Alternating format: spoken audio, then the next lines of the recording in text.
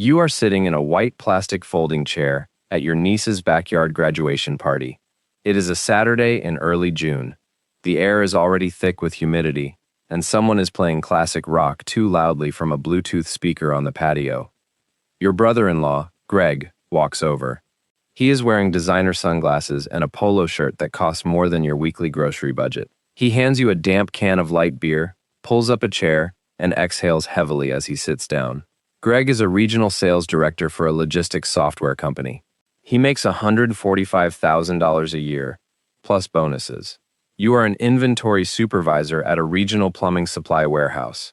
You make $54,000 a year, and you have made roughly that same amount, adjusted slightly for cost of living, for the last 11 years. Greg takes a sip of his beer, looks at you, and asks the question he asks every time you are at a family gathering together. So, he says, lowering his voice slightly so the rest of the family doesn't hear, have you thought any more about doing those IT certifications? My buddy over at Cisco says they're hiring entry-level guys at 70 grand. It would be a great way to finally get off the warehouse floor. He asks it with genuine pity. He is trying to help. In his mind, he is throwing a lifeline to a drowning man. You look at the damp beer can in your hand. You look at Greg. You do not tell him that yesterday morning, the total balance across your Vanguard index funds, your Roth IRA, and the equity in your paid-off house crossed $890,000. You just take a sip of the beer, nod slowly, and say, I'll look into it, Greg. Thanks. This is the reality of building a fortune on a blue-collar income. The hardest part is not the math. The hardest part is not the discipline. The hardest part is the absolute, unyielding commitment to letting the people you love fundamentally misunderstand who you are and what you have accomplished. In your family, you are the one who didn't quite launch. You are the one who settled. When your parents talk about you to their friends, they use words like comfortable and reliable. These are polite substitutions for stagnant and unambitious. You are the baseline they compare the successful siblings against. What they do not understand, what almost no one in the modern American economy understands, is that wealth is not a function of income. Wealth is a function of the gap. They look at your $54,000 salary and they see a ceiling. You looked at it 12 years ago and saw a math puzzle. When you took the warehouse job, you made a deliberate, incredibly unpopular decision. You looked at the corporate ladder Greg was climbing, the 60-hour weeks, the Sunday night anxiety, the constant threat of restructuring, the emails at 10 p.m., and you opted out completely. You chose the warehouse because it ends at 4 p.m. When you clock out, the job ceases to exist. You trade exactly 40 hours of your week for a paycheck, and you keep your mind, your nervous system, and your peace entirely for yourself. But opting out of the income race meant you had to master the retention game. 12 years ago, you bought a small, 1,200 square foot ranch house in a working-class neighborhood. You bought it for $115,000 when interest rates were completely flat. Your mortgage with taxes and insurance was $780 a month. You drove a 2006 Toyota Corolla until the floorboards started to rust, and then you replaced it with a 5-year-old Camry that you bought in cash. You learned how to cook. You learned how to fix your own garbage disposal. You stopped caring entirely about what brand of clothing you wore, what label was on your shoes, or what neighborhood people thought you lived in. You ruthlessly optimized your life to create a burn rate of $1,900 a month. On a $54,000 salary, your take-home pay after taxes and basic benefits is roughly $3,600 a month. Because your life only costs $1,900, you manufactured a gap of $1,700 every single month. You took that $1,700 and you pushed it into total stock market index funds.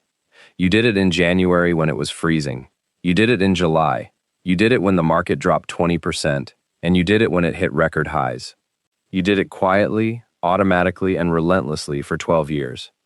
You didn't need to make $150,000 a year to get rich. You just needed to capture a massive percentage of the $54,000 you were already making and let time do the heavy lifting. But time is invisible. And compound interest doesn't buy new trucks. Greg finishes his beer and gestures toward the driveway, where his new vehicle is parked. It is a Ford F-150 Lariat. It is pristine, lifted, and costs roughly $70,000. He financed it over 84 months.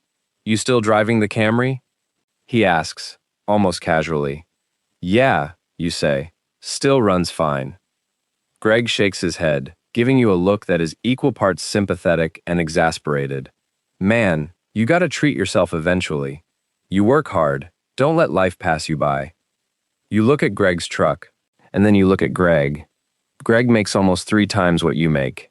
But Greg's life is a masterpiece of financial fragility.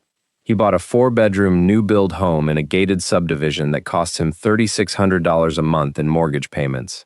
The property taxes alone jump every year. He has the $900 truck payment. His wife drives a leased luxury SUV. They send 2 kids to expensive travel sports camps, take 1 heavily photographed trip to the Caribbean every winter, and dine out 4 nights a week. Greg's monthly burn rate is nearly $9,000. He makes $145,000 a year, but after taxes, his take-home pay is roughly $9,200 a month. Greg's gap is $200. He is running on a treadmill that has been cranked to the absolute maximum speed. He cannot slow down. He cannot take a sick month. He cannot afford for his company to miss a quarterly target. If the treadmill stops, he is thrown violently against the wall. He looks like the ultimate success story to your parents. He wears the uniform of the wealthy. But underneath the polo shirt and the designer sunglasses, Greg is absolutely terrified. He is a high-income hostage. You sit there in the folding chair, entirely insulated from his reality. Your mortgage was paid off completely last year. Your living expenses are now so low that you could cover them by working part-time as a barista. Your index funds generate more in quiet, passive annual growth than you make working in the warehouse. You have reached the crossover point. The machine you built is now self-sustaining. But you cannot tell him this. You cannot tell your mother either. Just last week, she was over at your house for Sunday dinner. You were serving a simple pasta dish, and she slid a newspaper clipping across the kitchen table.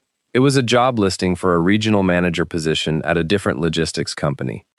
I know you don't like corporate jobs, she said gently, patting your hand, but you have so much potential. I hate seeing you waste it sweeping floors and counting inventory. Don't you want security? You folded the clipping, put it in your pocket, and thanked her. You didn't tell her that your dividend income alone just surpassed her entire annual pension. You didn't tell her that you have more liquid capital than the regional manager who would be interviewing you for that job. You kept the secret because breaking the illusion is an act of destruction. If you tell Greg the truth, if you tell your mother the truth, the entire ecosystem of your family collapses. The hierarchy they have relied on for a decade shatters. Greg's identity is built on being the successful one, the provider, the one who made it. Your parents' worldview relies on the idea that high-status jobs equal safety, and blue-collar jobs equal struggle. If you reveal the spreadsheet, you don't just prove them wrong, you strip them of their comfort. Worse, you change how they look at you forever. You stop being the reliable, harmless, low-income relative. You become a bank. You become a resource. The next time Greg falls behind on his massive mortgage because his bonus didn't come through, the hesitation he would normally feel about asking for help disappears, because he knows you have it. The next time the family wants to go on an expensive vacation, they will look at you to subsidize it, because to them, your wealth is unearned. You didn't suffer in the corporate trenches for it. You just saved it. And in the minds of heavy spenders, saved money is just unspent money, waiting to be consumed. So, you choose the silence. The sun starts to set on the graduation party. The string lights click on above the patio. The humidity finally breaks. Greg is standing by the grill now, flipping burgers. You walk over to throw your empty beer can in the recycling bin. He looks over his shoulder to make sure his wife isn't listening, and his shoulders drop. The confident, successful posture vanishes. Hey, he says quietly, staring at the glowing charcoal. Keep this between us. But rumor is they're restructuring my division in Q3, bringing in some consultants from Chicago to trim the fat. He turns to look at you, and the fear in his eyes is real. It is visceral. If they eliminate my director role, he says, his voice tight, I don't know what I'm going to do. We don't have the runway. I might have to pull from the kids' college funds just to float the mortgage. He laughs, a dry, bitter sound. I tell you, man, keep your head down at the warehouse. It might not be glamorous, but at least you fly under the radar. It's brutal out here. He is looking at you for comfort. He is looking at the guy he thinks is trapped at the bottom of the ladder, seeking solidarity in the struggle of the middle class. You look at the man making 3 times your salary, standing in front of his $70,000 truck, confessing that he is 6 weeks away from total financial collapse. You do not judge him. You do not feel superior. You just feel a profound, quiet sorrow for the trap he built for himself, and a deep, unshakable gratitude for the trap you avoided. It'll be okay, Greg, you say softly. You'll figure it out. You always do. You walk away from the grill. You say your goodbyes to the family. You walk out to the street and get into your 10-year-old Camry. You turn the key, and the engine turns over with a familiar, reliable hum. You pull out of the subdivision, driving past the massive houses with the perfectly manicured lawns, driving past the driveways filled with financed luxury cars. Tomorrow is Sunday. You will wake up early. You will drink coffee on your modest back porch. You will not check your email because you don't have a work email. You will not worry about Q3 restructuring. You will not worry about the mortgage because the bank no longer owns your home. You will go to the warehouse on Monday. You will count the inventory. You will clock out at exactly 4 o'clock. And you will let them think whatever they want. Because the greatest luxury your money ever bought you was the ability to stop caring if anyone else knows you have it.